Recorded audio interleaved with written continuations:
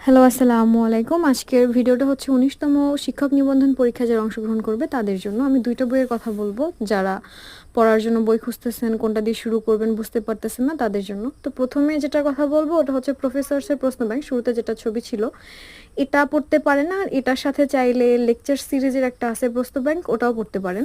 কারণ এই ২ টা বইতেই মূলত বিগত সালের কোশ্চেনগুলোর খুব সুন্দর প্যাটার্নে দেয়া আছে। একদম সলিউশন সহ প্রত্যেকটা কোশ্চেন, অঙ্ক, ইংরেজি, বাংলা, সাধারণ জ্ঞান প্রত্যেকটা পার্টের প্রশ্নের সাথে নিচে ব্যাখ্যা করে দেয়া আছে।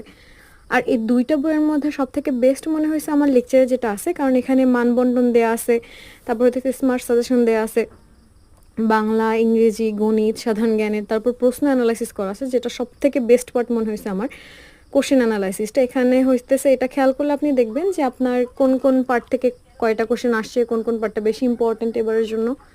তো বেস্ট অফ লাক সবার জন্য। এটা আমার পার্সোনাল ওপিনিয়ন থেকে বললাম, কারণ আমি নিজেই এই ২ টা বই ফলো করতেছি।